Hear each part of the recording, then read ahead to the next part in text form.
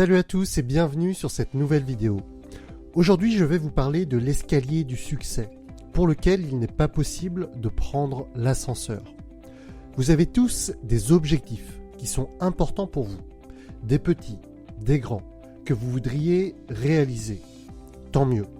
Mais si vous cherchez toujours des raccourcis, les ascenseurs pour monter plus vite, ou encore que vous êtes paralysé par le premier pas, assurez-vous que vous êtes sur le bon chemin en écoutant la suite. Aujourd'hui, tout va vite, très vite.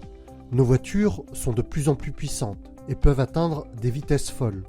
Il y a des avions toujours plus gros et plus performants pour faire des vols de plus en plus rapides.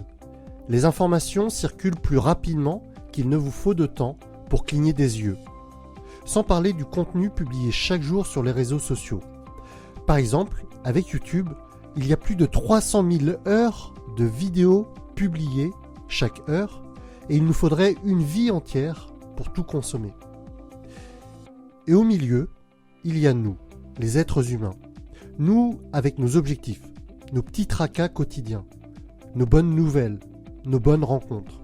Au milieu de tout ce bruit incessant, accablant et oppressant, et sans parler de tout ce que tout le monde dit à propos de ce qui est possible ou non, cela peut faire peur de prendre ce premier pas.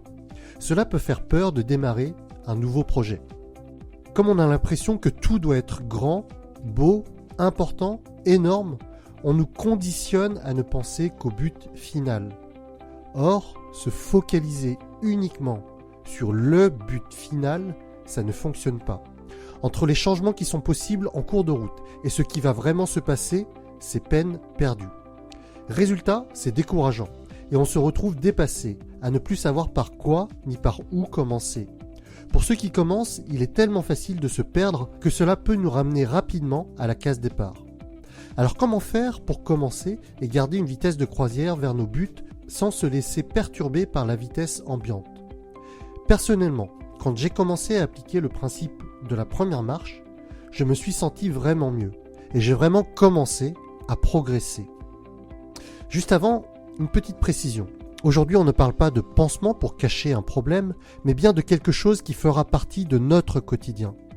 Je le dis souvent, il faut au moins avoir l'audace de commencer et le courage de poursuivre assez longtemps dans nos actions pour obtenir des résultats. Si vous êtes OK avec cela, commençons. Ça va vous paraître évident, mais pour éviter qu'un projet ne vous paraisse comme effrayant, il faut procéder à un découpage.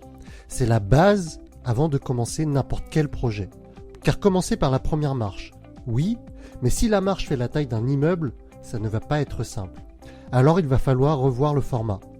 Prenez donc un projet qui vous paraît énorme et demandez-vous, quelles sont les toutes petites actions par lesquelles j'ai besoin de passer pour y arriver? Prenons un exemple pour illustrer cela. John voudrait lancer une application. Nous sommes d'accord, c'est un débutant. C'est vraiment un projet qui peut paraître impressionnant.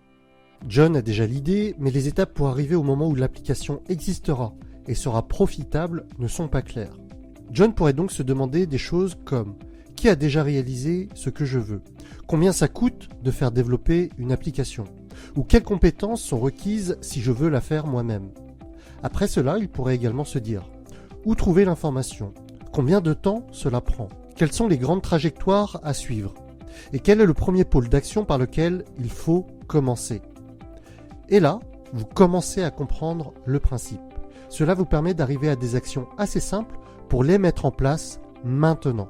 Des actions qui demandent moins d'efforts pour démarrer, car moins impressionnantes. Certaines d'entre elles sont tellement simples à faire qu'il n'est pas possible d'avoir d'excuses ou de se raconter des histoires. En suivant ce schéma, vous pouvez dès aujourd'hui avoir gravi cette première marche vers ce projet qui est si important pour vous.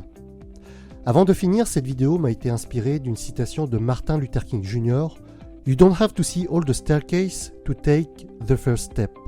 C'est ça que j'ai essayé de représenter dans cette animation et que je voudrais que vous appliquiez désormais. Regardez le sommet de quelle tour vous voulez monter. Même si vous ne voyez pas tout l'escalier, montez sur la première marche. C'est ainsi que vous avancerez dans votre vie.